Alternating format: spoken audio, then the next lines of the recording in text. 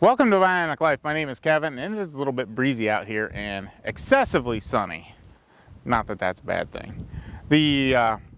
Came out yesterday to grease and lube this thing up. We have a community service project we're going to be working on for our 4-H club, and it's going to involve a conservation club. There's a pond that has cattails that need to be dug out.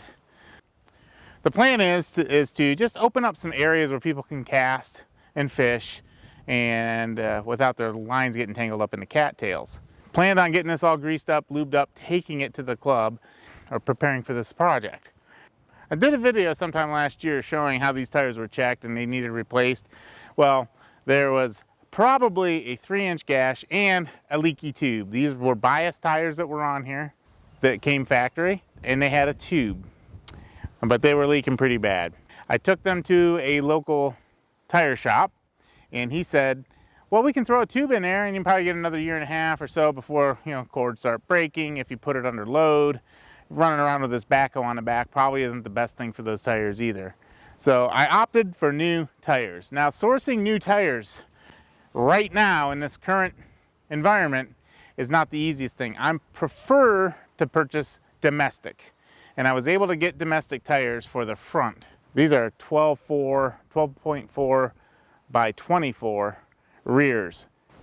I could have gone with bias, but by the time you bought a tube and all that stuff, you're kind of close to radial. So I opted for the best that I could find, and that is our BKT brand radial tires.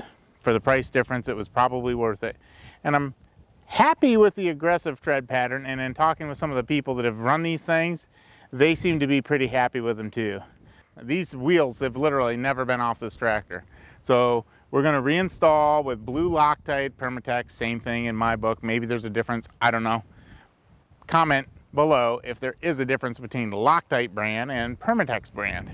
For the rear jack, I didn't need to bring a jack out. I used the backhoe as a jack. Initially, when I thought we were just going to get away with plugging the tire, I didn't realize they had a tube in them.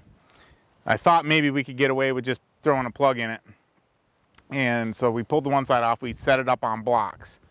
Once we got into it and realized there was air hissing out through a 3-inch gash, now the gash wasn't the cause of the leak, the inner tube was the cause of the leak, I knew time to put a new set of shoes on this thing.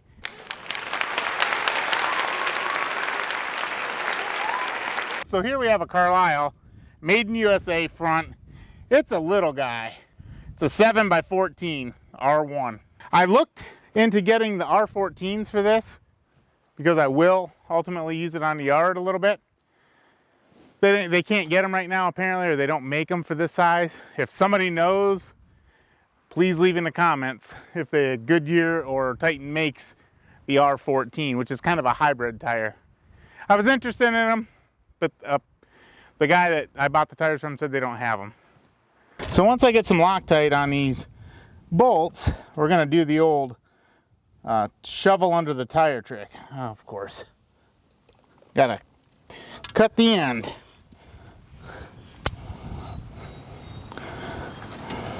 Oops. And make sure you get a little bit of Loctite on your knife. That's always helpful when you have a spring assist knife.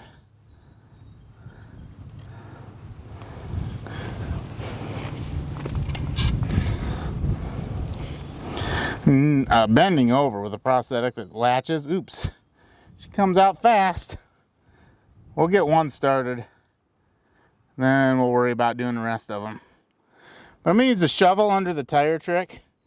I'm gonna have my cameraman assist, and he's gonna push down and hopefully raise this guy up, sort of like that. It'd be even better if we can get, oh yeah, working like a dream, I think. It seems to be working like a dream. Maybe we need that shovel under here another time for just a second to, oh, I think I went too far. There we go. There's the trick right there. So we got one in. We'll throw the other in. And honestly, this is a pretty, as far as projects go for me around here, this is going exceptionally well. We'll get some Loctite on there. I don't think you need a ton of this stuff. A little dab will do you, because it, depending on the thread tolerances, it doesn't take much to fill that void. You definitely want to make sure you get these things run in all the way, or a good solid 3 or 4 threads before you throw an impact on them. You definitely don't want to strip these guys out.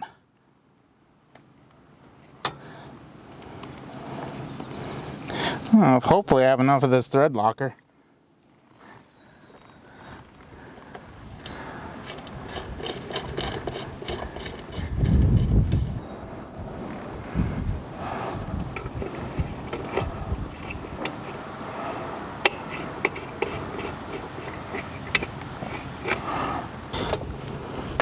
My family is going to kill me for saying this, but this is going way too easy.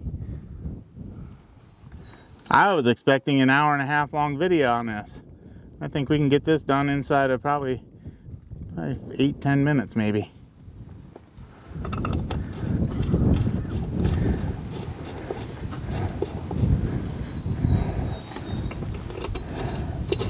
Everything's going smooth. Unusual. Unusual.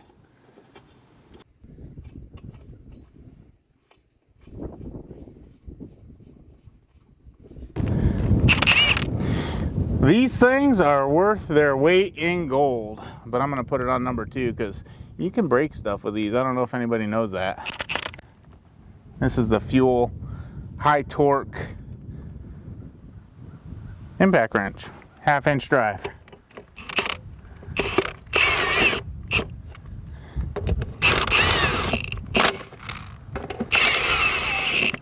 And I just go real easy, get them down so they're just making contact, and then come back and give them a little bit more of a bump.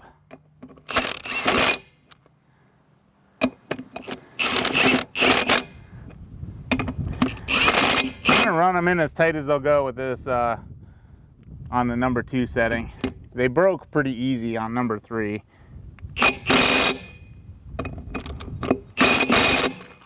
Probably should check a torque setting. I'm not replacing the front tires today. Probably should. They're pretty rough shape. I should replace the front tires. I have them. My theory is I'm going to be roading this kind of a far distance, so I'm just going to go ahead and use the existing tires that are kind of dry rotted. My thinking is there's so much weight on the back that they're not going to see a lot of stress.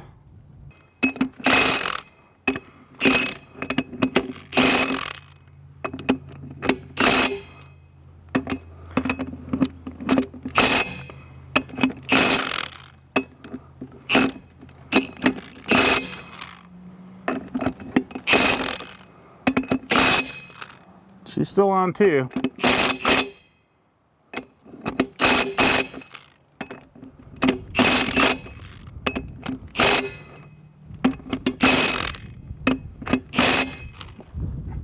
All right, so that's that one. We're going to repeat the process and we'll wrap this up in just a second.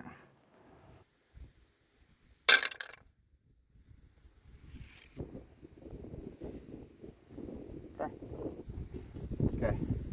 Now, stop. Okay.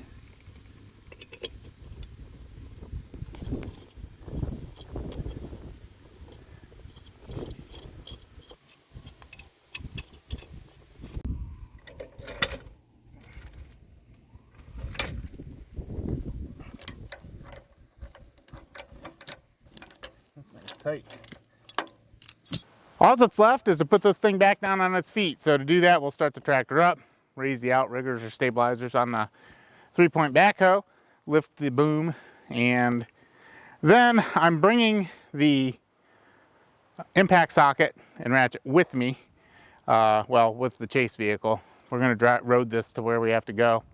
And in case of anything happening, I'll check the torque on these things one more time.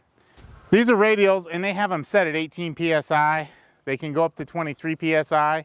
He said it really depends on rider comfort. So we'll see how this thing rides. It's gonna ride about as bad as it can down the road, only because it's got a hoe hanging off the back and most of the weight's gonna be on the back. So we'll see how it rides. Hopefully it's kind of a good ride. We'll soon find out. If you found value in this content, please like and subscribe. If you know somebody who would find value in the content, please share. Thanks for watching.